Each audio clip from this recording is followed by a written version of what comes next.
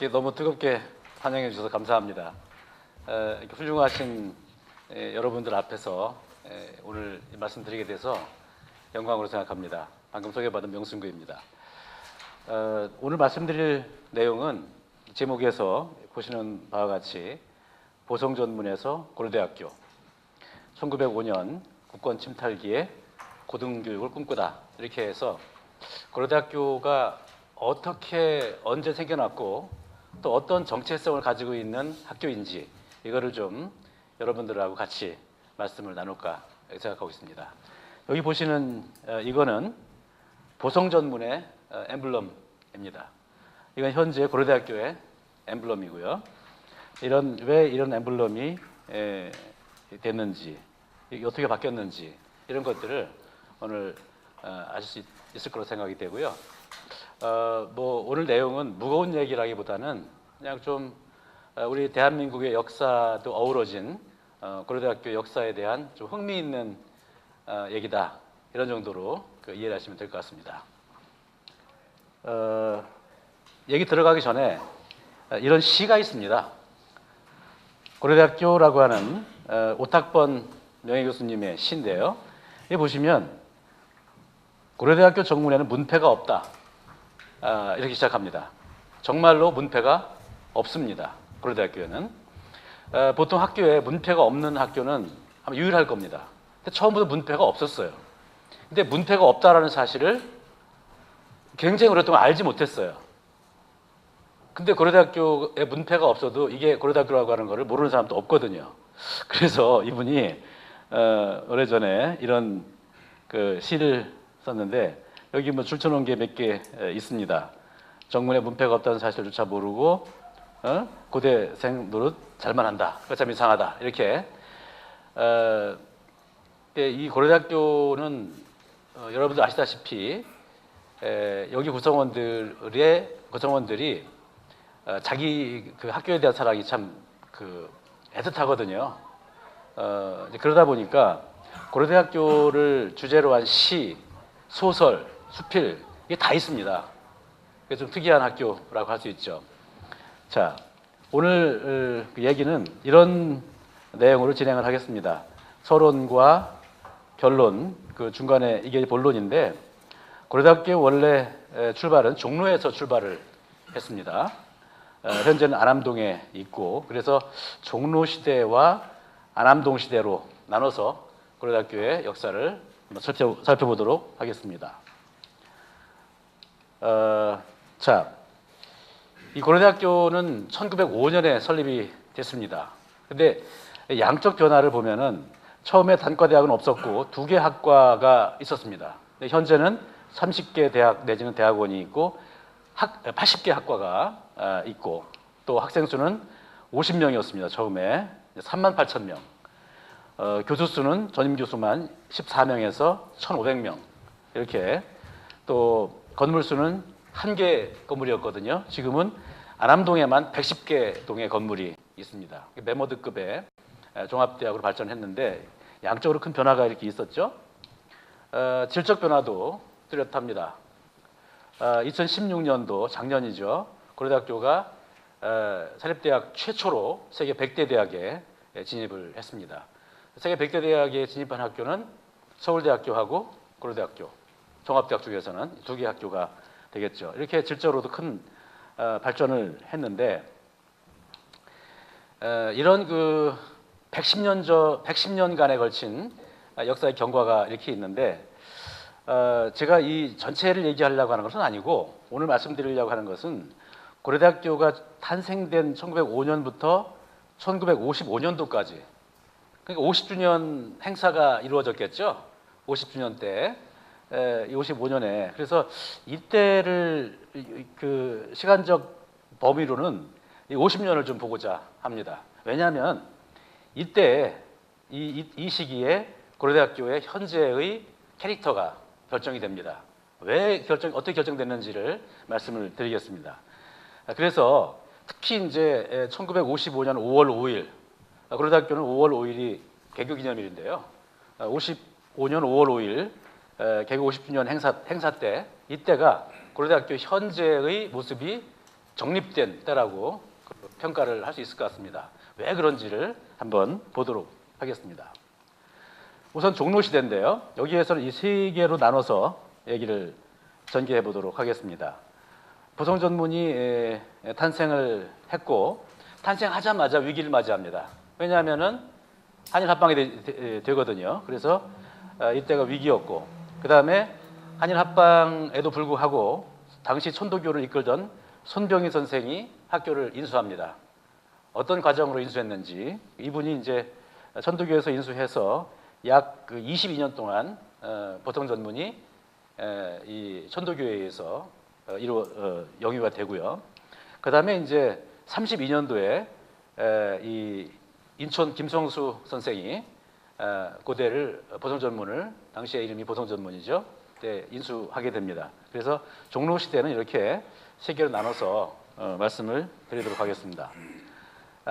첫 번째로 이제 보성전문이 탄생했고 어떻게 위기를 맞게 됐는지 이 말씀인데요.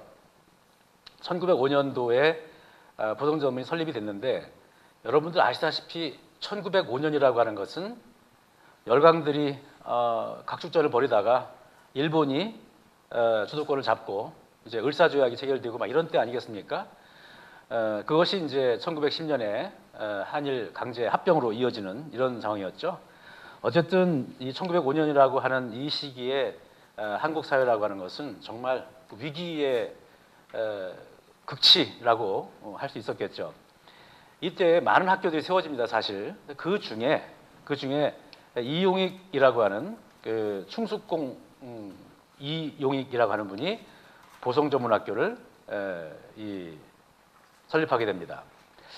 근데 이분의 그 교육 이념이라고 할까요? 이것은 이 교육으로서 나라를 구하겠다라고 하는 교육구국 이것을 기치로 내 겁니다. 이분의 사진이고요. 이분은 뭐를 하던 분이었냐면은 황실의 제사를 관리하던 분이에요. 내장원경이라고 하는 직책인데요. 그래서 고종과 명성황후에 아주 깊은 신임을 받던 그런 분이죠. 이분이고요. 1905년에 나왔던 학칙입니다, 이게. 그러니까 대충 만든 게 아니라 매우 체계적으로 만들어진 학교다라고 하는 거죠. 그리고 보성이라고 하는 교명, 이것은 논어에서 유래한 말인데 고종이 이 이용희 선생이 이렇게 이 전문학교를 고등교육기관으로서의 전문학교를 만들려고 한다 했더니 이름을 보성이라 해라 이렇게 해서 황제가 하사한 그런 이름이 되겠습니다. 당시 학교 위치는 종로 박동, 이게 어디냐면 현재 조계사 옆에 보면은 수성공원이라고 있습니다. 조그만데요, 그게 큰 공원은 아닙니다. 조계사 바로 옆에 있는 공원인데 거기에 가시면은 뭐 중동학교 뭐 여러 학교들이 거기서 다 출발합니다. 굉장히 교육적으로 중요한 장소예요.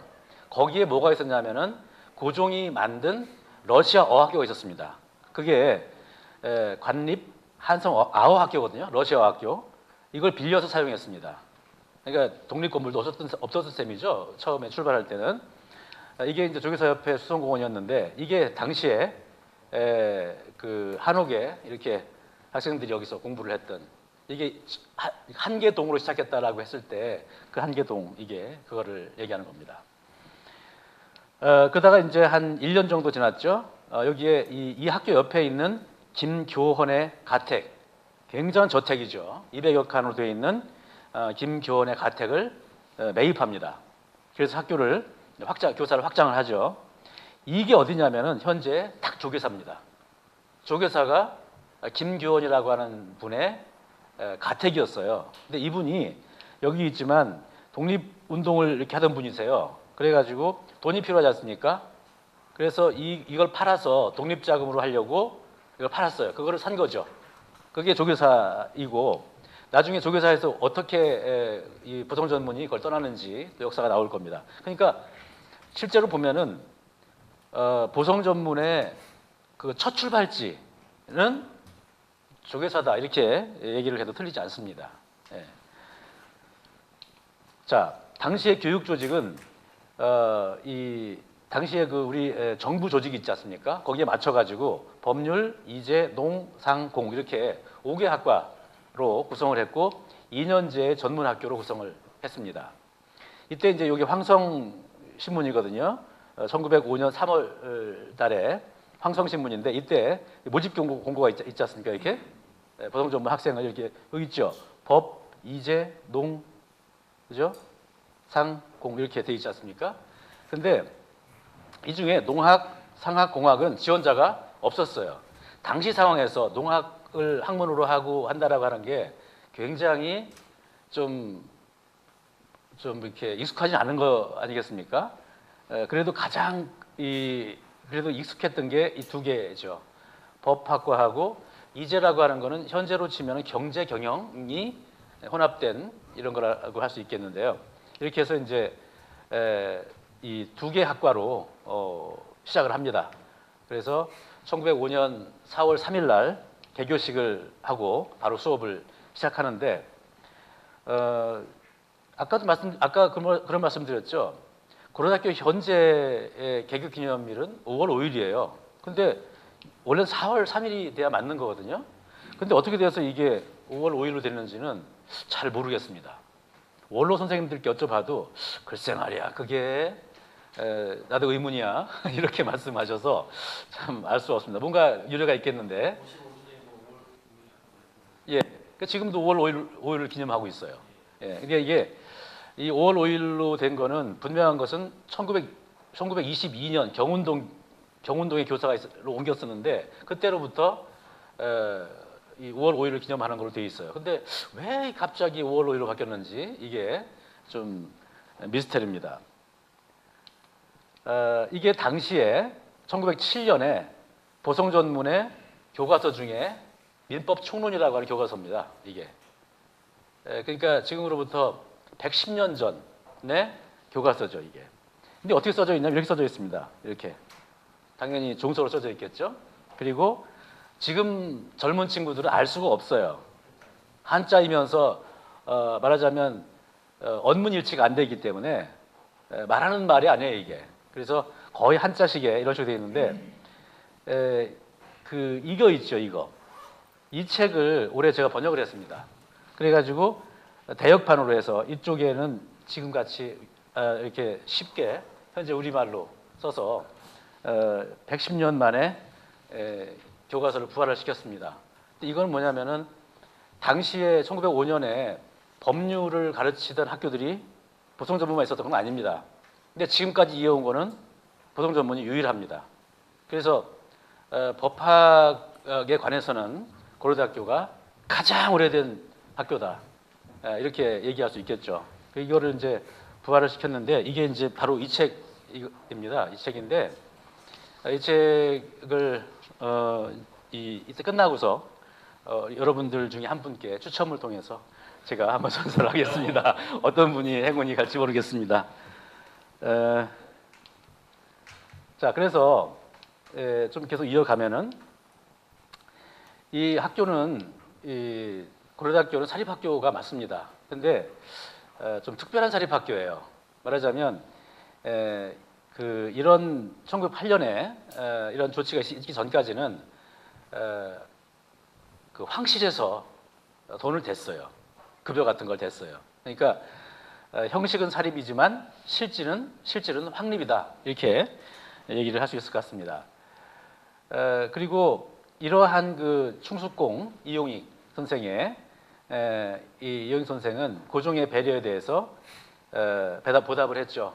그래서 지금 이 모양이 뭐냐면 오약꽃 문양입니다. 이 오약꽃 문양은 조선 왕실의 그리고 황실의 문양입니다.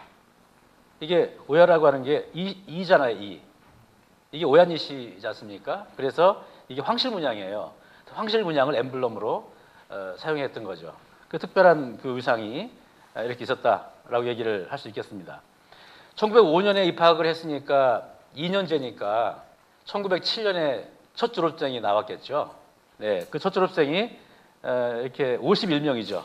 51명이 법률과, 이제과 이렇게 나왔는데 전원 모두 관계에 진출합니다. 그러니까 이 졸업생들이 단순히 그냥 사립학교에서 배운 것이 아니라 국가가 의도적으로 이 길러낸 인재들이다 이렇게 볼 수 있겠죠.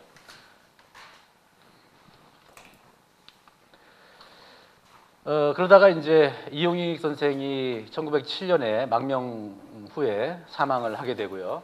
그 손자 이종호가 경영을 맡게 됩니다. 근데 이종호는 독립운동을 많이 하던 분이고요. 근데 이런 그 상황에서 1909년에 안중근 의사 이 이토 히로부미 저격 사건에 연루돼 가지고 이종호가 체포되고 이러고 보니까 보성 전문의 교주가 없어지는 이런 상황이 되죠. 굉장히 어려운 상황이 되는데요. 이렇게 돼서 이게 위험에 처하게 된 보성 전문, 그다음에 어떻게 돼야 되느냐 이건데 이게 이제 이 손병희 선생이 여기 등장을 합니다. 보시면 1910년에서부터 32년까지 약 22년 동안 손병희가 인수를 하게 되는데 손병희 선생은 이거를 내가 인수해서 뭐 해봐야겠다라고 하는 생각을 한 건 아니고 당시에 보성 전문의 이 경영자들이 제발 선도교에서 맡아달라라고 해서 맡은 거였습니다. 지금은 그렇지 않지만 당시의 천도교는 교세가 대단했죠.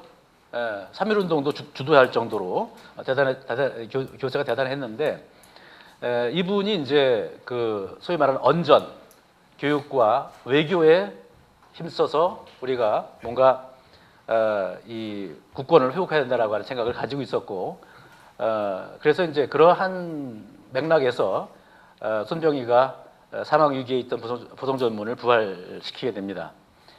손병희는 이 3.1운동 때 여러 사람들을 포괄하면서 3.1운동을 주도한 그렇게 도량이 있는 분으로 알려져 있죠.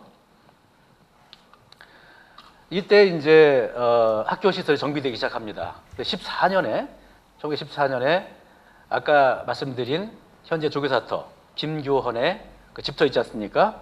거기에 이 건물을 집니다. 여기 있는 이 건물들이 있죠, 이거는 그 원래 그 한옥 있지 않습니까? 그걸 그대로 그냥 놔둔 거고 강의실이 여러 군데 이렇게 떨어져 있던 거죠. 근데 여기에 이 건물을 집니다. 이 건물을 짓는데 이게 바로 뭐냐면 이겁니다.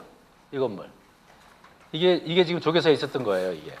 근데 이 건물이 바로 이건데 여기 이 사진 보시면 이 건물 이쪽에 이 큰 거 말고요 뒤쪽에 조그만 나무가 또 하나 있죠. 그 나무가 바로 이 나무입니다. 지금 조교사 대웅전 앞에 회화나무가 있거든요. 이게 바로 그 나무입니다. 요 나무가 여기에 있는 나무죠. 약간 작은 나무 있죠. 그 나무입니다. 이게. 그러니까 저 나무가 약 450 내지 500년 됐다고 그러거든요. 근데 저 나무가 김교헌이가 그분이 거기 살 때 그 쭉 계속 있었던 거죠. 근데 저 나무는 이 회화나무, 이 나무는 학자나무라고 그래요. 그러니까 옛날에 어떤 학문적으로 의미가 있는 이런 분들이 대부분 집에 회화나무를 가지고 있습니다. 그래서 이거를 이제 중국이나 한국이 다 그래요. 그래서 여러분들 그 공자 사당 있지 않습니까? 거기 가시면 전부 회화나무입니다. 가로수가. 그래서 이 선비의 나무라고 그러는데 우리나라에서는 학교라든가 선비의 집, 그다음에 절, 그다음에 궁궐 이런 데 심었던 나무고요. 여러분들 그 창덕궁에 입구에 딱 들어가시면 아마 새 구름과가 단단히 있을 겁니다. 그게 회화나무입니다. 또 청와대 옆에도 큰 나무가 있고요. 여러 군데 굉장히 의미 있는 나무가 있는데 이 나무가 그 나무입니다. 그래서 이 보성전문의 이 앞에 이렇게 회화나무가 있었다라고 하는 것은 굉장히 의미가 있는 부분인 것 같습니다. 그리고 이것이 뭐냐면 현재 수송공원 잘못됐네. 수송공원 내에 보면 보성사 기념비가 있습니다. 보성사가 뭐냐면 이용익 선생이 학교를 만들면서 학교도 만들고 같이 출판사를 만듭니다. 그래서 아까 말씀드린 그 교과서 있지 않습니까? 그 교과서는 보성사에서 출판하게 됩니다. 그리고 그 보성사는 또 뭐로 유명하냐면은 독립선언문을 인쇄한 곳입니다. 그래서 김일 독립선언이 직후에 일본으로 봐서는 참 이게 껄끄러운 출판사죠. 네, 핍박을 받고 나중에 없어집니다. 네, 그 다음에 이제 그 1918년에 보성전문이 조계사의 그 교사를 두고 이사를 합니다. 이 서북학회 회관. 지금은 이제 낙원상가 이게 도시계획에 의해서 뭐 상가가 조성되고 있지만 옛날에 그게 아니었거든요. 거기에 이 서북회관, 서북학회 회관이 있었습니다. 이 서북학회 회관이 있었는데 이거를 임차했어요. 뭐냐면 고려대학교가 그렇게 재정적으로 풍부한가 아니라는 얘기죠. 그래서 이제 여기 임차해서 사용을 했는데 이 서북학회 회관이 이거거든요.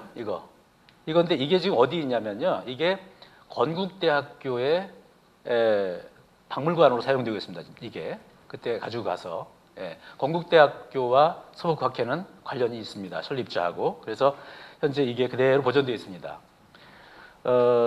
그러다가 4년 동안 이렇게 임차해서 생활을 하다가 1922년에 천도교 총부가 있는 경운동에 새 교사를 지어서 이전합니다.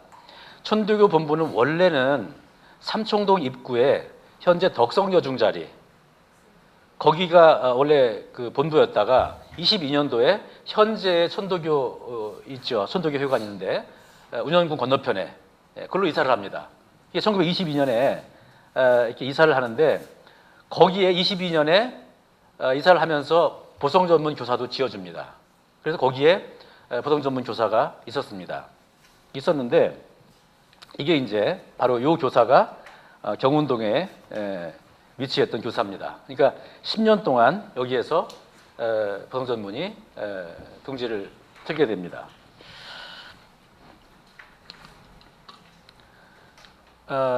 이 동안에 이 천도교에 의해서 유지가 돼 왔는데 사실 3.1 운동 후에 일제는 천도교를 매우 압박했습니다.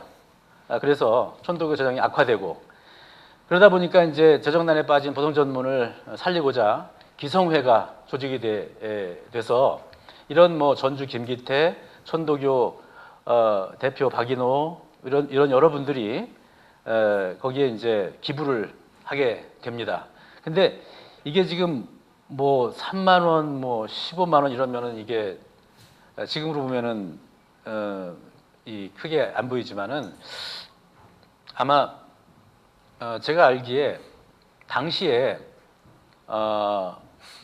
그 세브란스 그 의전 있지 않습니까?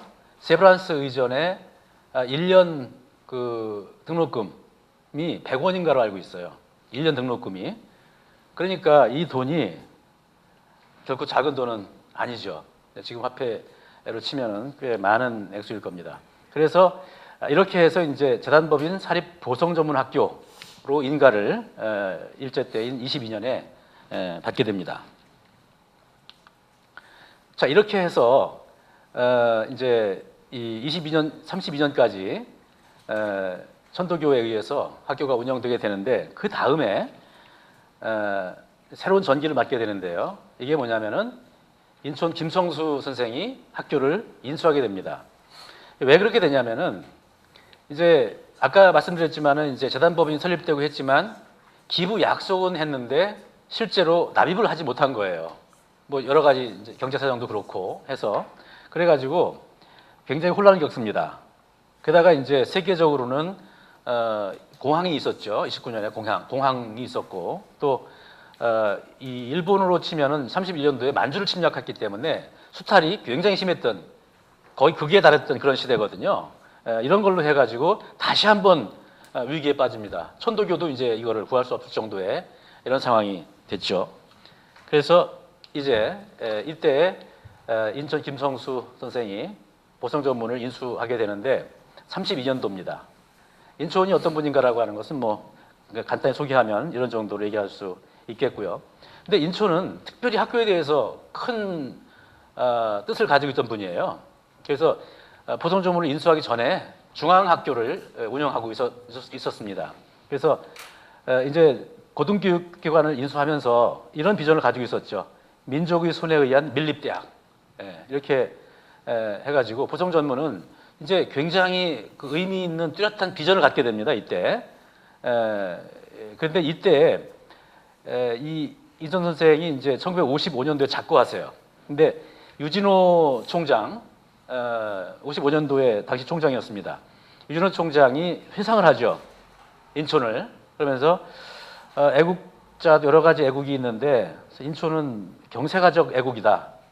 그래서 그 뿌리가 깊고 영향이 길게 미치는 점에 있어서 참 의미 있는 애국이다. 이렇게 평가를 하죠. 이 인천하고 이 유진호하고의 만남은 굉장히 특별했어요.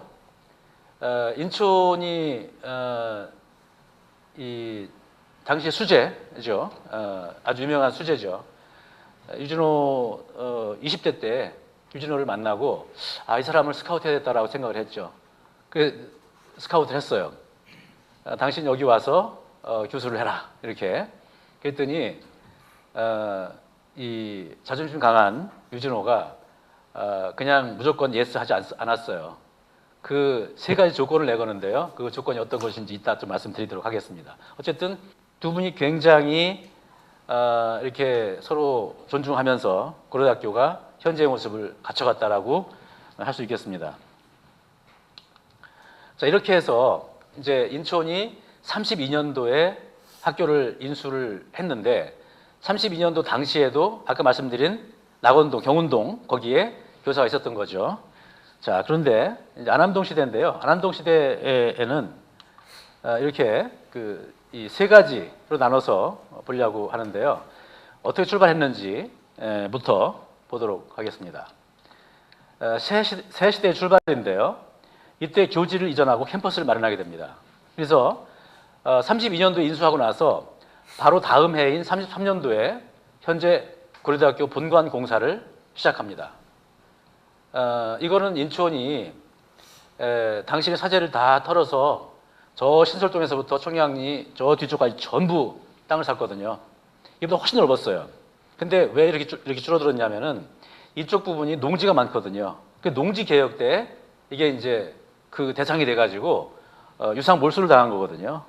그래서 유진호 총장의 얘기로는 그런 거 아쉬워해요. 학교 용지의 경우에는 농지 계획에서 좀 제외하는 쪽을 주장할 걸라고. 어쨌든 이렇게 해서 현재 고려대학교는 이런 모습으로 이제 있게 되는데 고려대학교의 말하자면 키 포인트가 그 본관 아니겠습니까? 이걸 제일 먼저 진 겁니다. 33년도에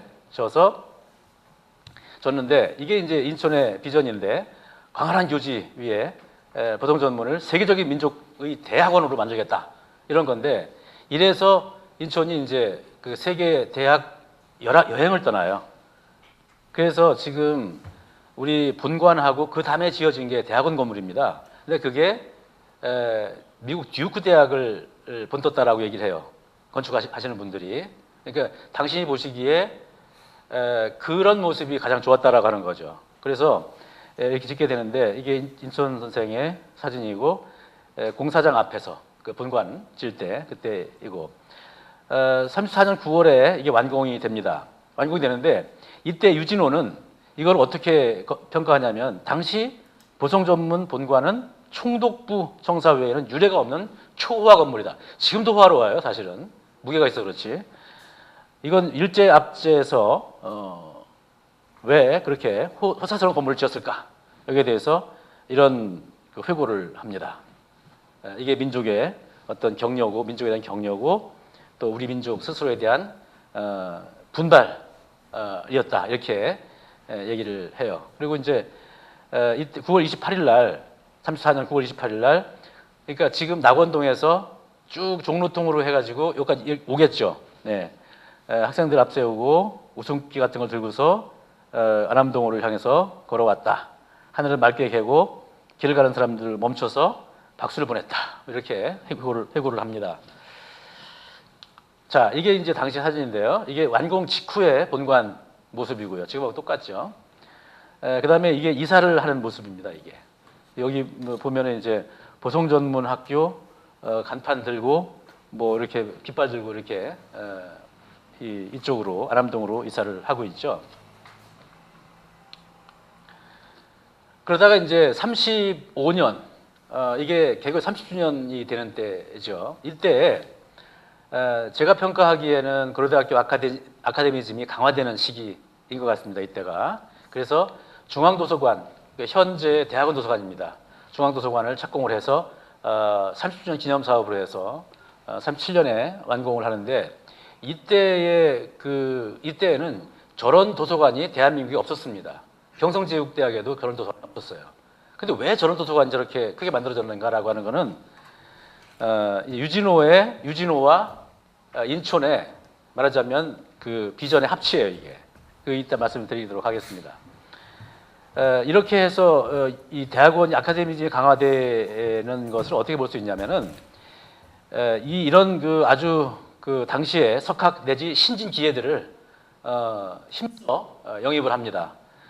그래서 이 일제 관학 경성제국대학이죠. 여기 능가할 수 있는 교수 확보에 노력을 하고 그래서 이 보성전문은 이 당시에 아카데미즘이 굉장히 짙어갔고 경성제국대학의 관학풍에 대항해서 이 보성전문은 좌익과 우익이 다 어우러진 그런 균형 있는 모습을 보여서 이 혁신적인 자유주의의 온상이었다 이렇게 역사적인 평가를 받고 있습니다.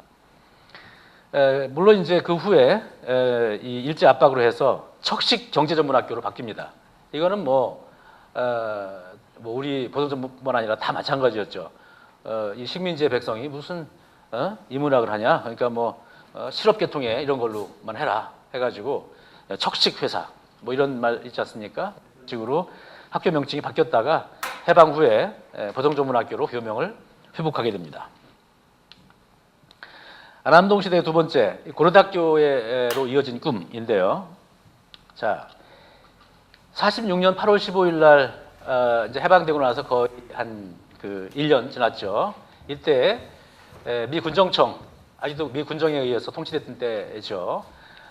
이때 이제 이 고려대학교 설립 신청을 하게 됩니다. 이때 이름이 이제 보성에서 고려로 바뀝니다. 네. 근데 이름을 고려로 정한 거 이게 지금은 고려대학교 당연한 이름 같지만 당시에는 많은 고민이 있었어요. 근데 이준호 선생의 그 회고에 따르면 이 보성대학교도 생각을 안 해본 건 아니라는 거죠. 그런데 인초는 보성이라는 얘기를 안 좋아했더라고요. 그 이름을. 왜 그런지는 정확히 모르겠는데. 그래서 여러 가지 조선대학, 안암대학 이런 걸 생각했었는데 인초는 이런 것 중에서도 고려로 하자라고 단호한 어떤 확신이 있었던 것 같아요. 그 이유는 뭐냐면 조선이나 대한제국 다 이민족에 시달리고 했는데 고려도 몽고나 이런 데 시달리긴 했지만 근데 원래 고려의 뜻은 고구려거든요. 근데 그 기상이 좋다. 그러니까 고려로 하자. 그리고 이제 고려라고 하는 것이 코리아, 꼬레 이런 우리 한국을 대표하는 이름이기도 하고 이래서 이제 한간의 얘기는 그런 거죠. 서울대학교는 서울을 대표하는 대학이고 연세대학교는 연희동을 대표하는 대학이고 고려대학교는 코리아를 대표하는 대학이다. 이렇게 그런 뜻으로 만들어졌고 이때 이제 설립 인가서가 이렇게 있습니다. 그냥 이거는 이렇게 증명된 건 아닌데 혹시 다른 학교가 고려라는 이름을 가질까봐 새벽부터 가가지고 줄 서 있었다는 그런 얘기도 전해지더군요. 네. 그 다음에 이제 이렇게 이 종합대학으로서의 체제를 정비하게 되는데 초대 총장은 당시의 석학 이 현상윤 박사님이었습니다. 이분은 6.25 때 납북이 돼서 언제 돌아가셨는지 알 수가 없습니다.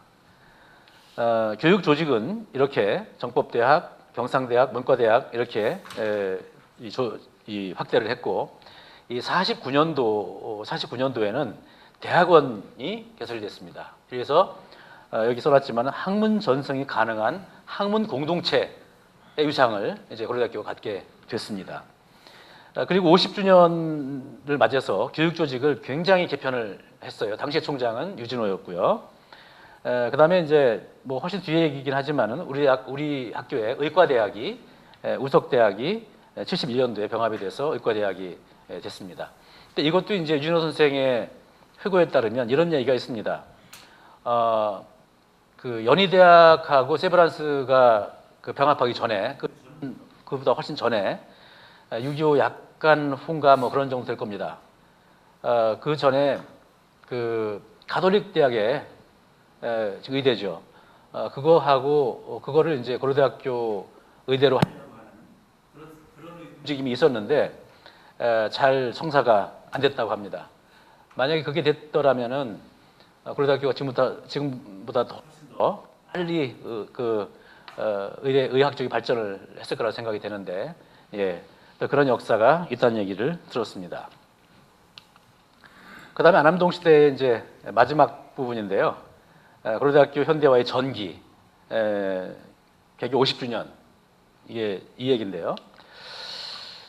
55년 5월 5일 날이 개교 기념일이죠. 50주년. 예. 근데 이때의 그 개교 50주년 행사의 핵심 가치는 유니버시티 아카데미즘이라고 제 나름대로 평가를 해봤습니다. 당시에 2, 3, 4대 총장을 역임한 65년도까지 총장을 하셨습니다.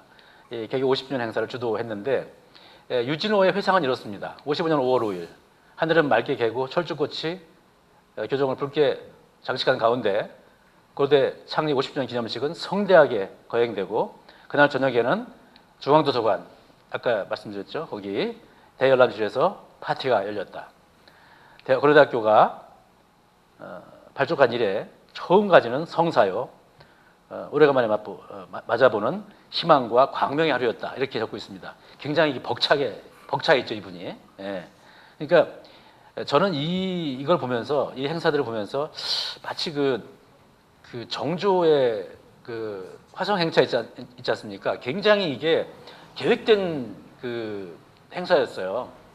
그러니까 이제 이분이 왜 이게 계획된 행사인가라고 하는 것은 뒤에 또 나오는데요. 이게 유진호 선생의 그 사진이고요. 굉장히 면밀한 계획에 의한 성대한 퍼포먼스였다. 굉장히 화려하게 했어요. 어쨌든 이게. 자, 이때 이 개교 기념 행사의 주요 내용은 이렇습니다. 기념식을 했고 이용익, 손병희, 현상윤 이런 분들 또 김종수 선생 초상화 제막식을 했습니다. 경의를 표한 거죠. 그리고 고려대학교의 정체성이 이분들의 이 계열이다라고 하는 것을 표시를 했고요. 그 다음에 고도서 전시회도 했고 이게 보세요. 고도서 전시회했다라고 하는 게 되게 학문적이죠. 그 다음에 운동회도 했고 기념학술 강연회도 했습니다. 근데 이 내용들을 조금 이제 개별적으로 보도록 하겠습니다. 우선 기념식인데요. 해군 군악대가 수빙돼서 연주를 해줬고 이 초대 대법원장 김병노 선생에게 명예박사학위를 수여했고 이분이 이제 고려대학교 명예박사학위 1호입니다. 유진호의 회고에 의하면 원래 1호 명예박사를 유진호 선생이 얘기는 인천 선생을 드리려고 했는데 1955년 2월 달에 돌아가셨어요. 그래가지고 이 뜻을 못 이뤘죠. 그래서 이제 이 김병노 선생께 수여를 했는데 김병노 선생은 사실은 보통 전문의 교수도 역임했습니다. 옛날에 그 직책은 강사인데 강사가 교수예요. 지금으로 치면요. 그래서 우리하고 굉장히 인연이 깊은 분이다. 이렇게 할 수 있고 여기 이제 포상이 있었는데 장기 근속자, 그 다음에 본관과 중앙도서관을 설계한 박동진. 지금 본관하고 중앙도서관 설계한 분이 박동진이라는 분인데 당시에 신진기회였습니다. 근데 어떤 거였냐면은 이런 거죠. 한국의 고유의 건축은 내구성이 없는 거예요. 이래서 내구성을 가지면서 한국적인 뭘 살릴 수 있는 뭐가 없겠느냐라고 해서 이분이 그거를 말해서 융합을 한 건데 여러분들 그 본관에 쌓은 걸 보시면은요 이게 완자 쌓기라고 그러더라고요. 그게 우리 전통 문양이라는 거죠. 그래서 그런 거를 가미하고 또 본관의 건축이 굉장히 유려한 건축이거든요. 보면 이 창문도 다 같지가 않아요. 그래서 변화와 리듬을 주고 굉장히 공들인 그런 작품입니다. 그다음에 여러분들이 문교부 장관, 연희대 총장 이런 분들이 오셔가지고 축사를 해주시고 그리고 교가 제창이 있었는데요. 이게 현재 교가가 제일 최초로 이때 불려졌습니다. 지휘는 윤희상, 윤희상 선생 아시죠? 네, 윤희상 작곡을 한 분 윤희상이 지휘를 했고 만세삼창 이렇게 해서 기념식이 이루어집니다. 당시의 기념식 전체 사진, 그다음에 교가를 제창하는 학생들의 모습, 그다음에 명예박사학위 수여하는 모습, 왼쪽이 김병로 선생입니다. 그다음에 이제 50주년 기념 논문집이 발간이 됩니다. 이게 대단한 역사거든요. 제가 보기에는 이게 인문사회 자연과학을 통틀어서 23편의 논문이 발표가 되는데요. 이게 표지입니다. 굉장히 그 방대한 그 논문집인데 당시에 최초고요, 이게. 그리고 이걸 기획한 것은 제가 보기에는 100% 유진호인데 유진호 선생은 아까 왜 유진호와 이 인천의 만남을 얘기했지 않습니까? 그러니까 그 인천이 당신 여기 교수해라 했더니 현민이 유진호 현민이 이런 얘기를 합니다. 세 개의 조건을 제시해요. 하나가 도서관 지을 것, 교수마다 연구실 하나씩 줄 것, 연구 논문집을 간양할 것 이거였어요.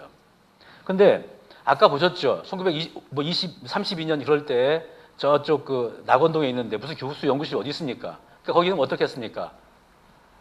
강의실 정도 있으면 다행일 정도의 공간이거든요. 그러니까 교수 연구실이 아니라 교무실 비슷하게 이렇게 돼 있었겠죠. 유진호가 얘기한 이 세 개를 유진호는 뭘로 봤냐면 이게 대학이라는 거죠. 이게. 자, 그런데 보세요. 도서관을 지을 거 지었잖아요. 당시 총장 그 할 때 지었잖아요. 그 다음에 교수나 연구실 줄 것. 이것도 거의 연구실이었어요. 그게 도서관이죠. 연구실이었습니다. 지금도 교수 연구실이 있고요. 그 다음에 연구 논문집 간행할 것. 이거는 자기가 총장 돼가지고 이루었죠. 이렇게 이 두 분의 만남이 굉장히 좀 아름답게 결실을 맺은 것 같아요. 좀 모습이 참 좋더라고요. 근데 이 기념 논문집에 현민의 간행사가 있어요.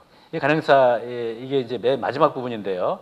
이거를 보면은 마치 그 조상께 감사하면서 미래를 축도하는 그런 내용이에요. 보시면 그래서 뭐 이렇게 변변치는 않지만 우리 정말 최선을 다해서 이 회갑잔치에 올리는 잔치상 같은 이런 마음으로 변변치는 않지만 했으니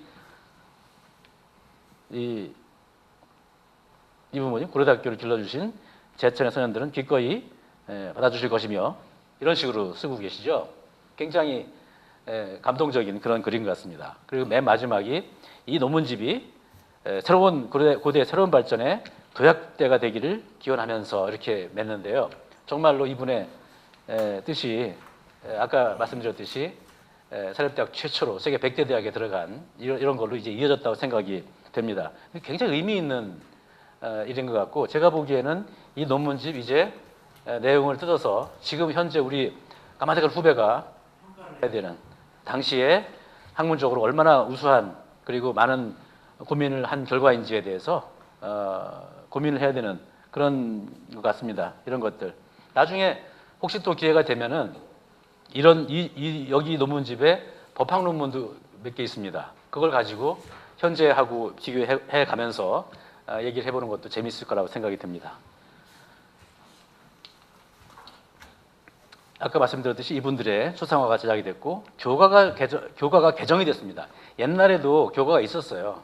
보성전문 때 교가가 있었는데 보성전문 이거를 그냥 고려대학 바꿔서 불렀었는데 유진호는 옛날에 그 구교가가 씩씩하긴 한데 부드러움이 없고 너무 행진곡 같아서 싫다라고 하는 거죠. 부족하다 이거죠. 새 마음을 담기에 부족하다. 그래서 뭔가 우아한 이런 교가가 필요하다 해서 교가를 이제 만들었다고 생각하는데 먼저 가사를 썼습니다. 가사는 최고의 시인인 누굽니까? 조지훈 선생한테 당신이 좀 써라 해가지고 지금의 교가 가사를 쓴 겁니다. 북악산 기슭에 이렇게 가사를 썼는데 그 작곡은 누가 하면 좋겠느냐 그랬더니 조지훈 선생의 그 자택이 어디 있었냐면 성북동에 있습니다. 성북동 지금 복개천이 됐는데 그 옆에 그 조준 선생 가택이 있었는데 그 근처에 윤희상이 살고 있어요. 당시 20대. 그러니까 이제 당신이 보기에는 이 친구가 괜찮거든요. 추천을 한 거예요. 굉장히 뭐랄까 창의적인 추천이죠. 그런 레벨이 아니었거든요. 당시에 윤희상은. 근데 추천했죠. 그래서 두 사람이서 작사 작곡을 하는데 말씀드렸지만은 당시에 이런 최고의 시인 그리고 아주 신예 총망받는 신예 두 사람의 협업으로 해서 격조 넘치는 교가가 만들어집니다. 이게 당시에 윤희상이 쓴 악보입니다. 그리고 이게 요 분이 윤희상이고 요 분이 조지훈 선생입니다. 예. 이렇게 이제 사진도 찍고 그런데 이 교가 보면은 이 유진호는 그 가사에 대해서 조지훈한테 아무 얘기도 하지 않아요. 근데 두 가지를 부탁을 해요. 하나는 자유, 정의, 진리를 꼭 넣어라. 또 하나는 뭐냐면 마음의 고향이라고 하는 말을 넣어라. 이게 그래서 두 개가 들어갑니다. 그 두 개가 들어간 이유는 뭐냐면 고대를 졸업한 고대 교우들은 언제든지 와서 푸근하게 쉴 수 있게끔 그렇게 감성적인 얘기를 마음의 고향으로 담았고 자유정의 진리는 매우 이성적인 얘기죠. 이게 이렇게 이루어져야 된다는 생각을 한 거죠. 그래서 이 교가가 만들어집니다. 그 다음에 이때 학교 색깔과 학교 깃발, 교장이 제정이 되는데요. 이게 당시에 만들어진, 지금까지 사용되고 있는 학교의 플래그입니다. 이 색깔이 크림슨이죠. 크림슨이라고 하는 것은 아주 오래전부터 유럽에서는 가장 비싼 색깔이에요, 이게. 여러분들 그 귀족들 옷 입는 거 보면 다 이걸 입거든요. 원래 이거는 이 색깔은 어디서 얻을 수 있는 색깔이냐면 중남미의 선인장에서 자라는 벌레가 있어요. 곤충. 코치닐이라고 하는 벌레가 있습니다. 그걸 으깨면은 이 색깔이 나와요. 그게 얼마나 비싸겠습니까? 유럽에서 그게. 그래서 코치닐 염료, 천연 염료로 이렇게 만드는 색깔이었는데 이제 화학 공업이 발전하면서 이거를 화학적으로도 만들어내죠. 이거를. 그래서 이제 이런 색깔을 학교 색깔로 정하고 호랑이, 그다음에 자유정의 진리 이런 방패 모양의 엠블럼 다 이때 완성이 되는데 이런 얘기를 하죠. 여러 나라 여러 나라 보면 교색이 이렇게 있는데 한국에서는 연희대학교뿐이 파란 색깔 이게 연희대학교만 있었는데 아니 우리도 이제 써야겠다 해서 보니까 크림슨으로 해야 되겠다. 그러니까 이제 일각에서는 크림슨은 하버드 대학의 그 학교 컬러인데 그거를 단순히 모방한 게 아니냐 이렇게 생각할 수 있는데 그건 아니고 우리 고려대학교에는 옛날부터 연세대학교 연희 전문하고 그 운동 경기를 하고 해도 그런 빨간색, 파란색 이런 대비가 되어 왔기 때문에 그런 걸 고려해서 우리가 이제 여러 가지 고려해서 크림슨으로 학교 색깔을 정했다 이렇게 얘기를 합니다. 그다음에 이제 자유적인 진리라고 하는 교훈을 이때 제정을 합니다. 되게 중요한 건데요. 이 50주년을 계기로 해서 이렇게 생각이 바뀝니다. 옛날엔 교육 구국이었죠. 근데 이제는 그거보다는 더 넘어서 보편적 이념으로서의 자유, 정의, 진리 필요하다라고 한 거죠. 이거를 유진호의 이성으로 이거를 했다고 생각이 됩니다. 그래서 이것이 교훈으로 정착이 되는데 이때 유진호의 회고가 있습니다. 이 보면 굉장히 의미심장한 얘기가 나오는데 이제 뭐 이렇게 대학연을 치르고 나니까 여러 과제가 또 있다. 그 과제가 뭐냐면 고려대학교는 언제나 실천에 치우쳐서 이론의 뒷받침이 약함을 면치 못했다. 너무 행동만 한다 이거죠. 이러면 안 되겠다. 그래서 뭔가 이제 자각해야 되겠다. 인간성의 자각, 과학적 이 사고의 욕구 뭔가 이런 쪽으로 돼야 되겠는데 그러기 위해서는 이런 교육국을 넘어서 자유적인 진리 이게 필요하다라고 했고 이 근처에 고대신문의 총장으로서 말하자면 담화문 비슷한 걸 씁니다. 어떻게 그 담화문의 제목이 뭐냐면 행동하는 고대에서 사색하는 고대로 이렇게 쓰는데요. 말은 그렇게 했지만 이분의 이 숨어 있는 뜻은 뭐냐면 이제 막 이런 거 하지 말고 공부해라 이런 뜻으로 그런 글을 쓰시죠. 네, 이렇게 해서 종로에서부터 시작해서 안암동까지 고려대학교가 쭉 해왔고, 이렇게 1905년도에 이 국권 침탈기에 교육국의 꿈을 설정을 했고, 이것이 2017년도에 새로운 꿈으로 결과가 됐는데, 고려대학교라고 하는 학교는 대한민국의 민주화 그리고 경제 발전을 이끈 인재 양성의 요람이라고 평가할 수 있겠죠. 근데 개교부터 시작해서 지금까지 치면은 112년 정도 됐는데, 이 기간 동안에 현재의 고려대학교는 월드 클래스 유니버시티 위상을 이제 가졌다, 이렇게 평가할 수 있겠고, 이제 뭐 새로운 꿈을 꿔야 되겠는데, 세계 학문을 선도하는 탑 클래스 유니버시티를 이제 꿈꾸는 학교가 됐다고 생각이 됩니다. 그래서 앞으로 이러한 그 훌륭한 역사를 토대로 해서 굳건하고 우아한 학문 공동체 고려대학교를 기대를 해봅니다. 이러한 큰 어떤 그 획들, 중요한 사건들 여러 가지 있었지만, 그래도 이러한 모습으로 꿈을 꾸게 하고 현재가 있게 한, 현재 고려대학교 어떤 정체성의 모습을 확립한 이 시기가 제가 보기에는 1955년 5월 5일을 기점으로 해서 뭐 교과가 만들어지고 한 모든 것들이 있지 않습니까? 그것이 중요한 전기가 아니었나, 이런 생각이 듭니다. 제 말씀은 여기서 마치도록 하겠습니다. 감사합니다.